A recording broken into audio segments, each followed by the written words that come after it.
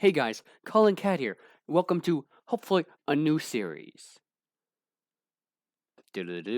Phoenix Wright Ace Attorney.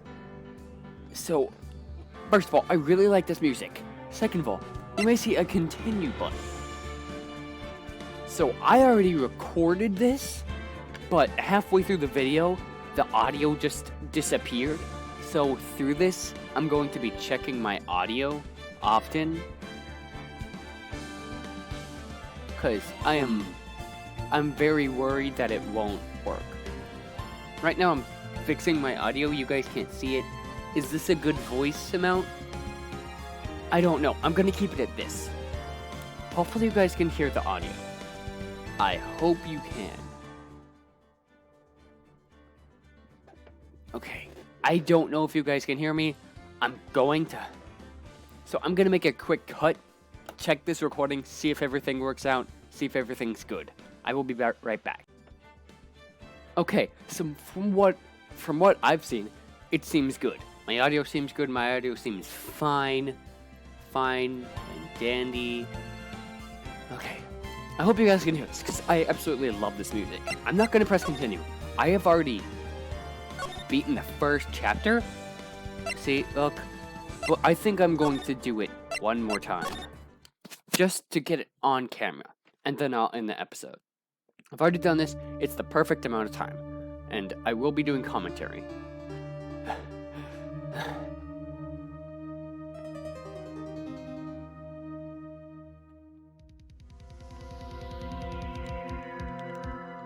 Gosh dang it, why me? I can't get caught. Not like this. I've got to find someone to pin this on. Someone like him. I'll make it look like he did it.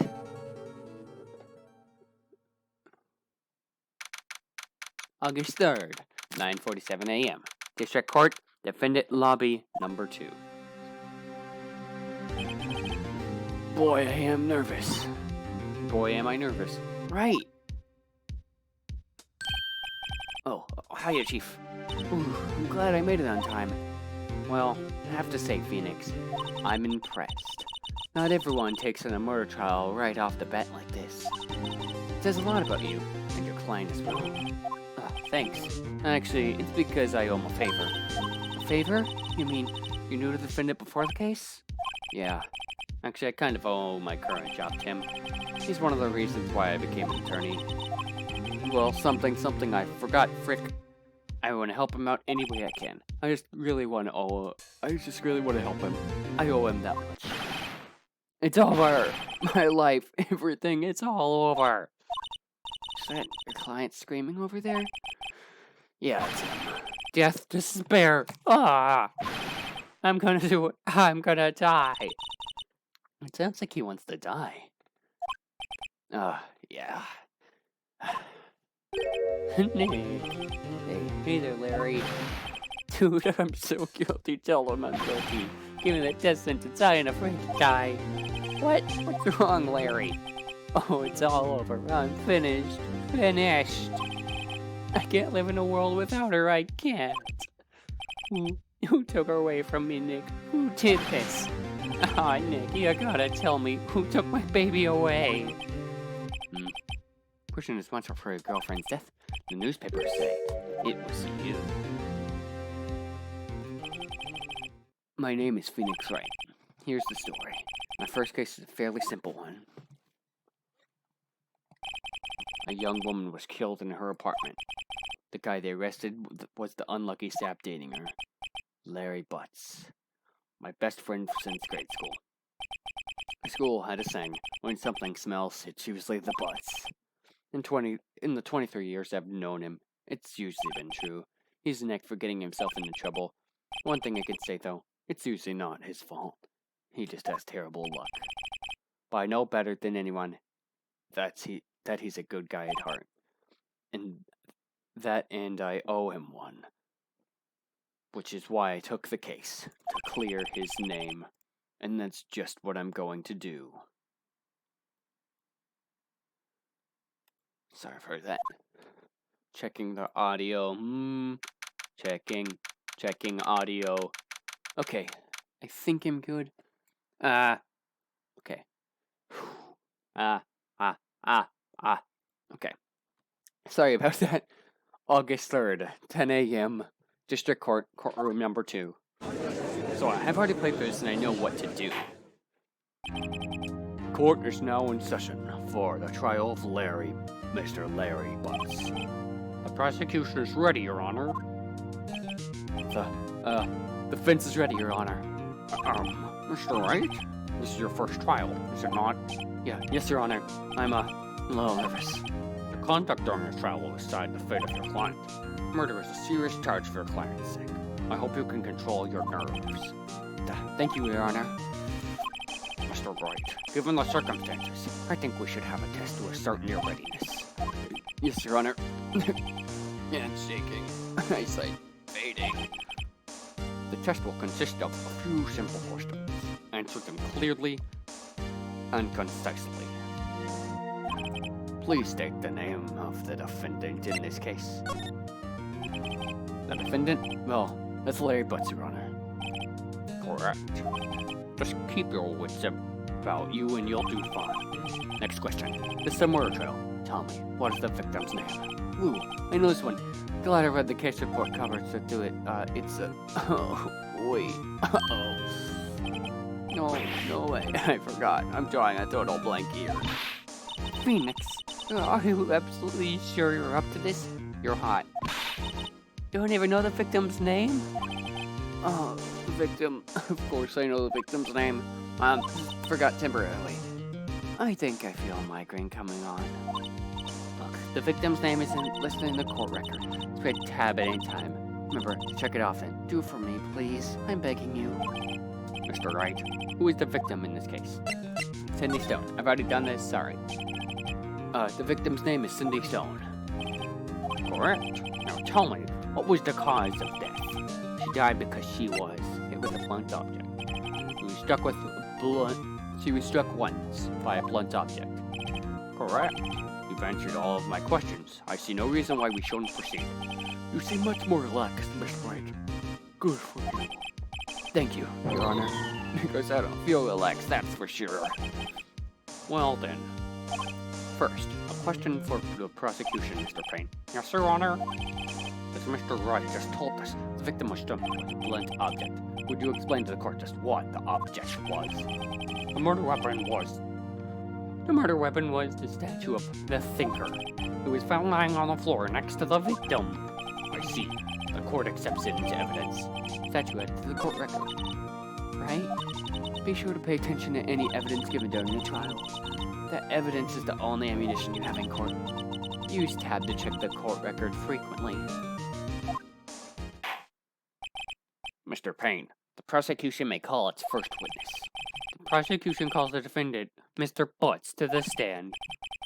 Chief, what do I do now? Pay attention. You don't want to miss any information that might help your client's case. You'll get your chance to respond to the prosecution later. So be ready. I just hope he doesn't say anything. Unfortunate. I get excited easily. This should be bad.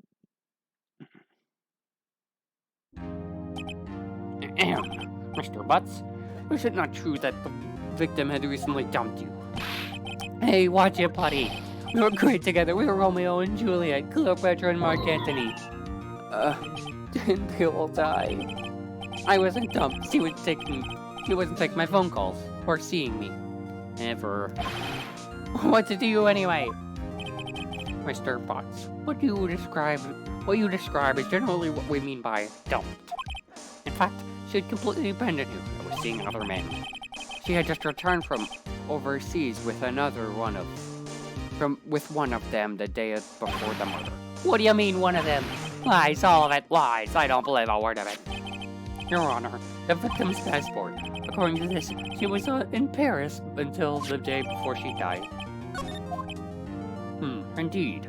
She appears to have returned the day before the murder. Dude, no way. The victim was a model, but she did not have a large income. It appears that she had several sugar daddies. Daddies? Sugar? Yes, older men who gave her money and gifts. She took their money and used it to support her lifestyle. Dude, we can clearly see what kind of woman this Miss Stone was.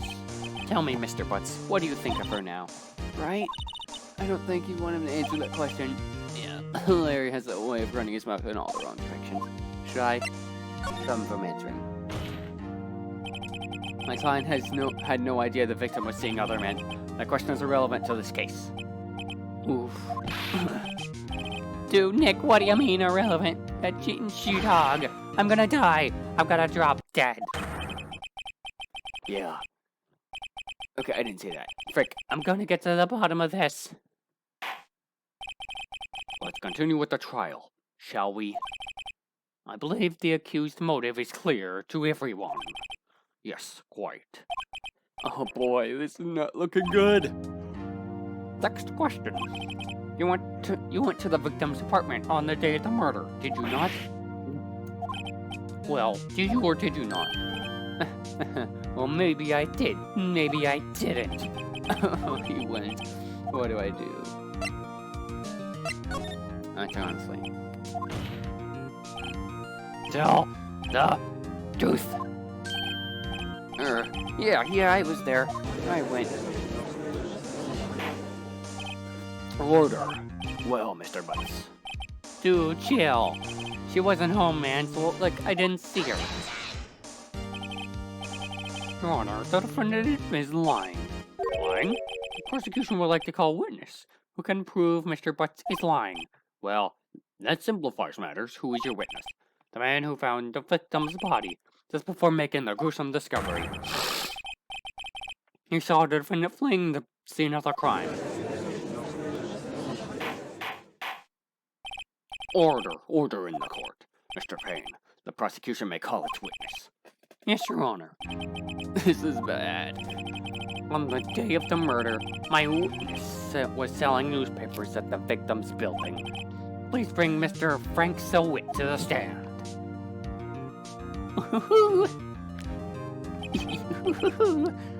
Mr. Selwitt, you sell newspaper subscriptions. Is this correct? Oh, yes, newspapers, yes. Mr. Selwitt, you may proceed with your testimony. Please tell the court what you saw on the day of the murder. Witness account. Ooh, I was going door to door selling subscriptions when I saw a man fleeing an apartment. I thought he may be in a hurry because he left the door half open behind him.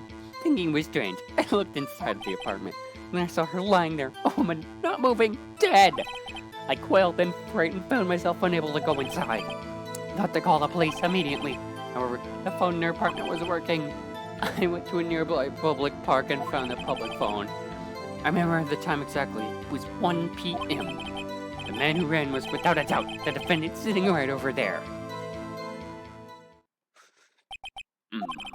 Larry, why didn't you tell the truth? I can't defend you against a testimony like that. Incidentally, why wasn't the phone in the victim's house apartment working? Your Honor, at the time of the murder, there was a blackout in the building. Are phones supposed to work during a blackout? Yes, Your Honor. However, some cordless phones do not function normally. The phone that Mr. Selwitt used was one of those. Your Honor, I have a record of the blackout for your pursuit. Thank you. Now, Mr. Wright. Yes, Your Honor. You may begin your cross-examination. Cross-examination, Your Honor? Alright, this is it. The real deal. What exactly am I supposed to do? Oh god, okay. My throat's really... It's really ow. Lies. What? He was lying? Your client is innocent, right? Then that witness must have lied in his testimony. Or is your client really guilty? How do I prove if he's not? You hold the key, it's in the evidence. Compare the witness testimony. There's bound to be a contradiction in there. First, find contradictions between the court report and the witness's testimony. Ow. If you heard a noise, my headphones fell. Well, kind of. Then, once you've found the contradicting evidence, present it and rub it in the witness's face. Okay. Open the court report with tab, point at the things. So I've already done this. I know what to do. I'm gonna act like I have no idea what I'm doing. Da-da-ba-doo.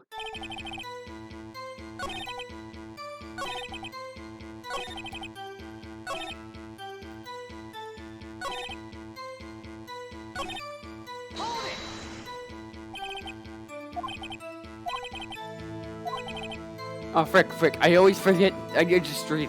Oh, that. I can explain that. There was a cordless phone on the shelf, and then just went.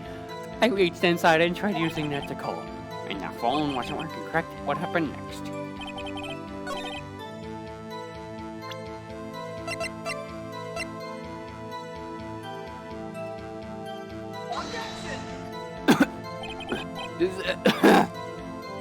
I'm sorry. This evidence clearly reveals the contradiction in the statement owner. How exactly are that evidence and that? They aren't, are they? Not at all. Mr. Wright, please think over facts.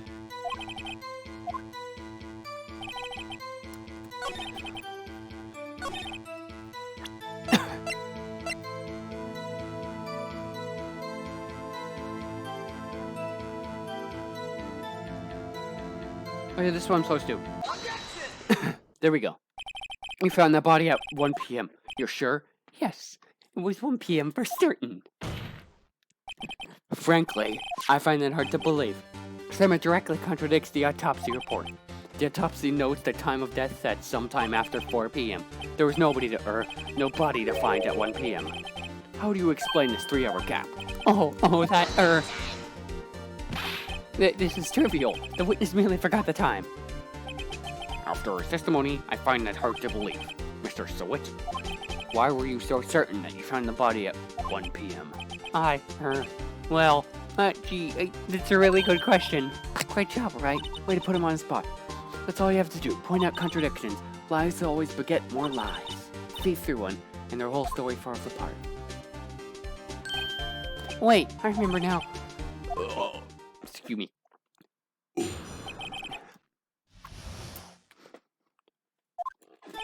You see, when I found the body, I heard the time. There was a voice saying the time. It's probably coming from the television. Well, but it was 3 hours off, wasn't it? I guess the victim must have been watching a program of the tape program, so I thought it was 1 p.m. But the blackout.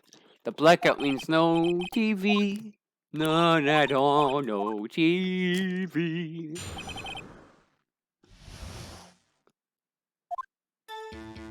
Or the time.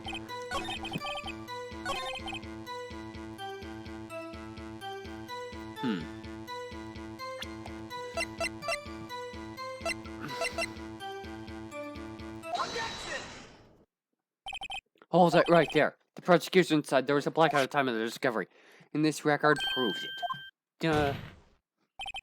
You couldn't have heard a television or a video. The defense has a point. Do you have an explanation for this, Mr. Sewit? No, I find it goes to make puzzling myself. Wait, I remember now. Mr. Sewit, the court would prefer to hear an accurate testimony from the very beginning. These constant corrections are harming our credibility. And you seem rather distraught. Oh wait, that was the guy. My apologies, Your Honor. There must have been a shock. Very well, Mr. Sewit. Let's hear your testimony once more, please.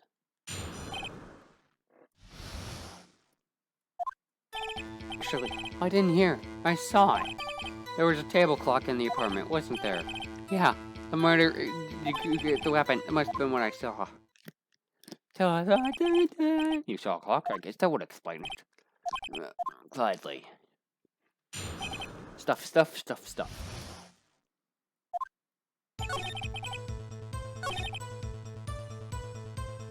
Okay. I'm sorry I'm going so fast, I just know what I'm doing. Wait just a moment. The murder weapon wasn't a clock, it was the statue. Now how is it supposed to be a clock? With your objections and your evidence, who do you think you are? Just answer the question, Mr. Sewit. Yes, I saw it there. It's a table clock. Your Honor, if I may. Yes, Mr. Payne. The witness stated the statue is indeed a clock. The neck is a switch. You just have to tilt it. And the time says out loud. As it doesn't look like a clock, I submitted it as a statue. My apologies. I see. So the murder weapon was a table clock after all. Well, Mr. Wright, appears that Winter's testimony was correct. This is a clock. Do you have any problem with the testimony now? Yes. Your Honor, there was a gaping hole in the witness testimony. The only way he could have known the weapon was the clock was to hold it in his hand. And the witness testified that he never entered the apartment. Clearly a contradiction. Indeed. Because he went into the apartment. You're lying. You were inside the apartment on the day of the murder. Oh yeah, prove it. Prove I went in there. I'll do better than that. I'll prove that you were the one who killed her. You shook her with the clock, and the shock of the blow triggered the clock's voice. That was the sound you heard. Order in the court. Intriguing. Please continue, Mr. Wright. Yes, Your Honor. Mr. Seward, the sound must have left quite an impression on you. Understandable, since the murder weapon spoke as you hit the victim. The voice was burned into your mind. That's why you were so certain about the time. What's the meaning of this? This is all baseless conjecture. Baseless. Just look at the witness's face. Would the witness care to elaborate? Did you strike the victim with the clock? I never applied the clock. The shot.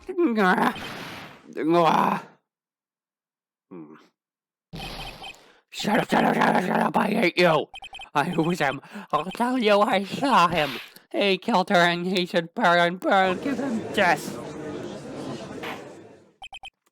Order in the court, I say. Your Honor, a moment, please. There was no shred of evidence supporting the defense's claims. Mr. Wright, Your Honor, You claim the song the witness heard came from the clock. do you have any evidence? Your Honor, the sound was definitely the clock. In fact, it's definitely,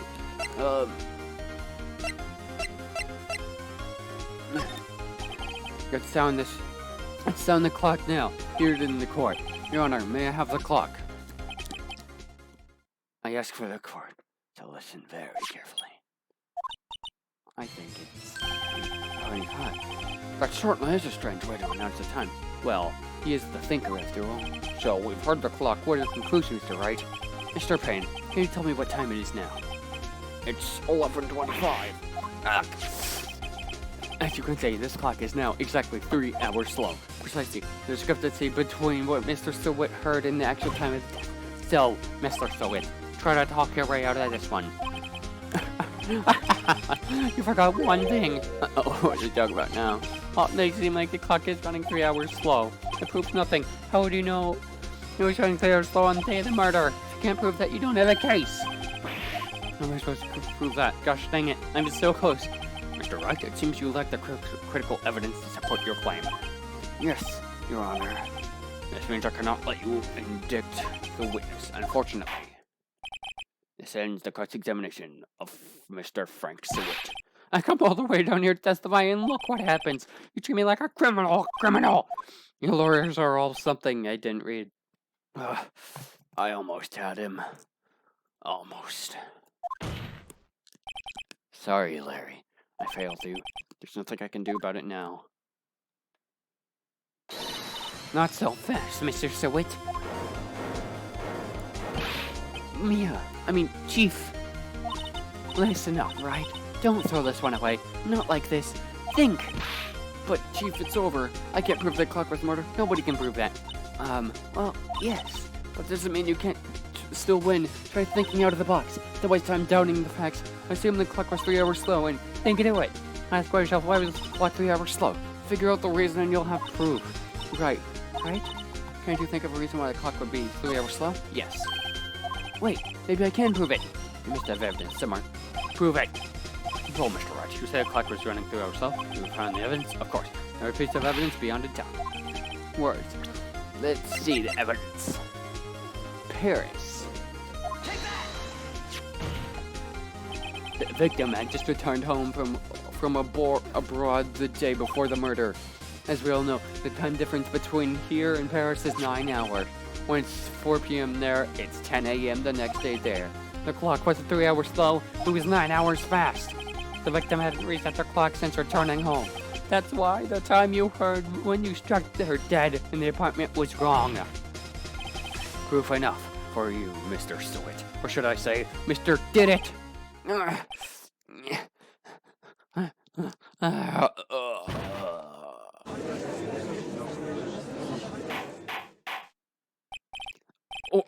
Order, I say.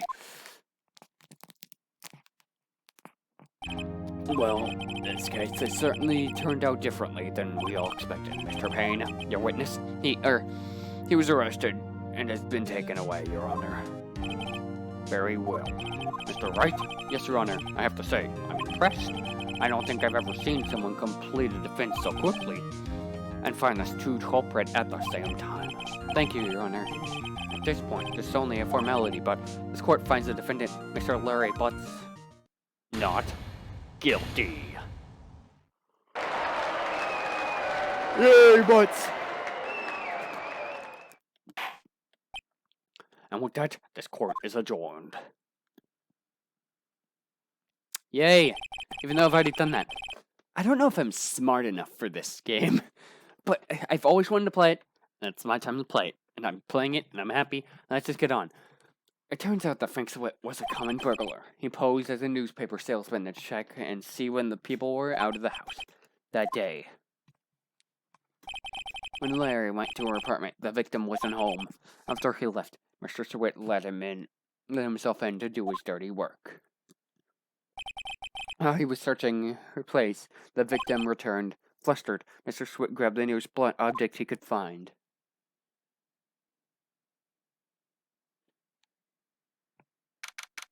August 3rd, 2:32 p.m. District Court, Defendant Lobby Number 2. I still can't believe we won. Right, good job in there. Congratulations. Thanks, Chief. Owed all to you. Not at all. You fought your own battles in there. It's been a while since I've seen a trial end on such a satisfying note. I've never seen the Chief looking this happy and hot. If she's this glad, imagine how Larry must feel. My life is over. Larry, you're supposed to be happy. What's wrong now? Oh, Nick. Don't worry about me. I'll be dead and gone soon. Good. Wait, no. I mean, bad. Larry, you're innocent. That case is closed. But my sin, Wendy's gone, man. Gone forever. Larry, she was no, never mind. Congratulations, Harry. Harry? Yes, you. I can practically see the headlines now. Harry Butts innocent. Thanks. I really owe you. I won't forget this ever. Let's celebrate. Dinner, movie, my treat. Oh, no, I couldn't. Hey, I was the one who got you off the hook. Oh, hey. Here, take this as a present. Present? For me? Wait, what's the evidence that... Actually, I made this clock for her. I made one for her and one for me. Really? You made this? Oh, thank you. I'll keep it as a memento. Yo, Nick, can you believe it? I was so into that chick, and you played me like a fool. Don't it would make you cry. Larry, are you so sure? Excuse me? Think she got something. Check. Nah, you don't gotta sympathize with me, it's okay. I'm not just sympathizing. Really? You're that right? Why don't you have something to show to your friends? Something that proves how someone's felt about him. Oh, yeah, right.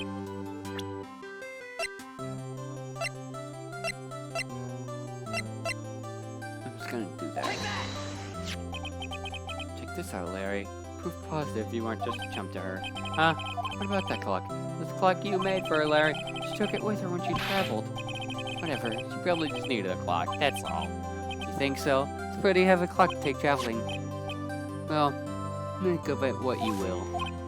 Hey, Nick. I'm glad I asked you to be my lawyer. Really, I am. Thanks. Hope that made him feel better. Yeah, I chose the wrong one last time, and it makes sense that this clock was better. I hope you see how important evidence is.